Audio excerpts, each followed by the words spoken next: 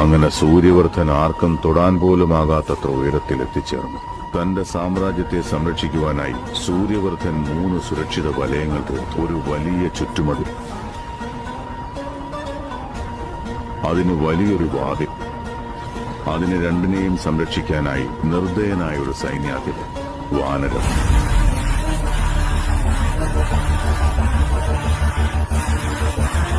ആ സ്ഥലത്തിന് നറാച്ചി എന്ന് പേരിട്ടു. പക്ഷെ ഒരു വലിയ തടസ്സം അവനെ കാത്തിരിപ്പുണ്ടായിരുന്നു. May I come in? All right, and the Oscar goes to The Boy and the Heron.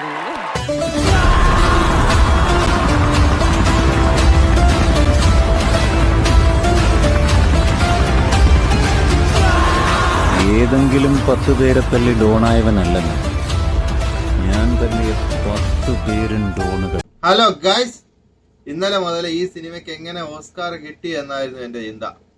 ഇന്ന് തൊട്ട് ഈ സിനിമയ്ക്ക് എങ്ങനെ ഓസ്കാർ കിട്ടാതിരിക്കും എന്നാണ് എന്റെ ചിന്ത.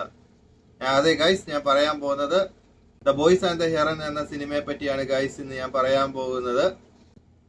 ഈ 2024 ബെസ്റ്റ് ആനിമേഷൻ മൂവിക്ക് ഓസ്കാർ അവാർഡ് കിട്ടിയ സിനിമയാണ് ദ ബോയ്സ് ആൻഡ് ദ ഹെറൻ എന്ന് പറയുന്ന ഈ സിനിമ. ഈ സിനിമ കണ്ടതിന് ശേഷമാണ് ഗൈസ് ഞാൻ ഈ സിനിമയുടെ ഡയറക്ടറായ മിയാസാക്കിയെ പറ്റിയും സ്റ്റുഡിയോ ഗിബിലിയെ പറ്റിയും അറിയുന്നത്. അതിനു മുമ്പ് എനിക്ക് ഒരു ഡയറക്ടറെ പറ്റിയോ ഈ സ്റ്റുഡിയോ ഗിബിലിയെ പറ്റിയോ ഒന്നും എനിക്ക് വലിയ ധാരണയില്ലായിരുന്നു.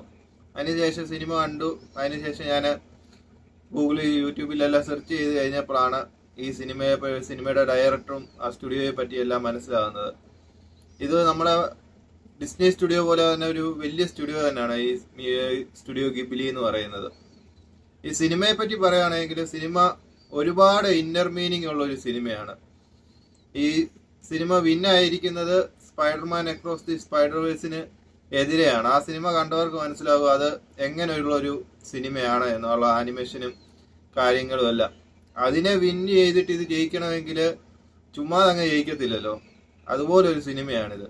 ഇതിന്റെ ഡീറ്റെയിലിംഗ് ആയാലും ഓരോ കാര്യത്തിലും ഹാൻഡ് ഡ്രോയിങ് ആയിട്ടുള്ള ഒരു ആനിമേഷനാണിത്. നോർമലി നമ്മൾ കണ്ടുവരുന്ന 3D ആനിമേഷൻ അല്ലേ, ഹാൻഡ് ഡ്രോയിങ് ആനിമേഷൻ ആണ്. അതിൽ അവർ കൊടുത്തിരിക്കുന്ന ഡീറ്റെയിലിംഗ് ആയാലും അതിൽ പറയുന്ന കഥയായാലും അതേ ഓരോ കാര്യങ്ങൾക്കും ഇന്നർ മീനിങ് ആണ് അവർ ഉദ്ദേശിച്ചിരിക്കുന്നത്. അങ്ങനെ നോക്കുകയാണെങ്കിൽ എങ്ങനെ നോക്കിയാലും ഈ സിനിമ നമുക്കൊരു ഗംഭീര അനുഭവമാണ് നമുക്ക് ഈ സിനിമ തരുന്നത്. നല്ല കിടിലൻ സിനിമയാണ് ഗൈസ്, നിങ്ങൾ എല്ലാവരും കണ്ടു നോക്കുക. ഇപ്പൊ ഈ സിനിമയാണെങ്കിൽ ഓൺലൈനിൽ ഡിജിറ്റലായിട്ട് അവൈലബിൾ ആയിട്ടുണ്ട്. നമ്മുടെ എംസോണുകാര് അതിന് മലയാള സബ്ടൈറ്റിലും ഒരുക്കി വെച്ചിട്ടുണ്ട്. ഇത് തിയേറ്ററിൽ കാണാൻ പറ്റാത്തതിന്റെ നല്ലൊരു വിഷമം എനിക്കുണ്ട്.